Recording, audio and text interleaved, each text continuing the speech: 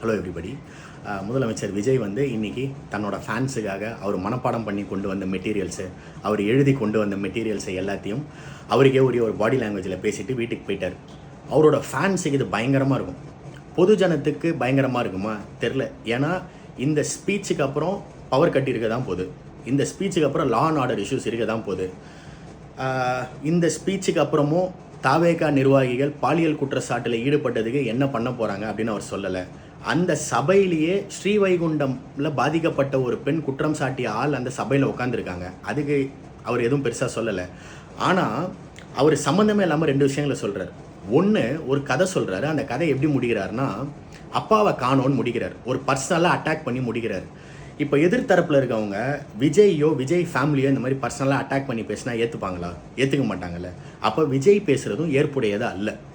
ரெண்டாவது, பார்ட்டி ஃபண்டுன்ற ஒரு விஷயத்த சொல்லி அதுக்கு பெருசாக ஆதாரங்களை கொடுக்காம அதை ஒட்டி ஒரு பஞ்ச் டயலாக் போட்டுடுறாரு.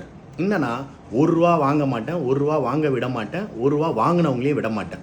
இந்த சத்தத்தெல்லாம் நீக்கிட்டு யார் ₹1 கொடுத்தா, யார் ₹1 வாங்கினா, ஆதாரத்தை மக்கள் முன்னாடி போடுங்க, நீதிமன்றத்தில் வழக்கு போடுங்க, தண்டனை வாங்கி கொடுங்க. ஆட்சி அதிகாரம் உங்ககிட்ட இருக்குது, யார் தடுக்க போகிறா? இதை எப்படி பண்ணணும்னு உங்களுக்கு தெரிலனா, நீங்கள் புலி படத்தில் வாங்கின சம்பளத்துக்கு ஒரு வரி ஏய்ப்பு பண்ணதை ஆதாரத்தோடு நிரூபித்தாங்களே, அதை அப்படி தான் நிரூபிக்கணும்.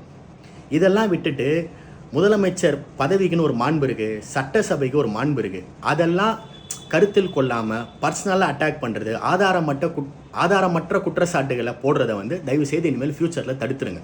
நன்றி.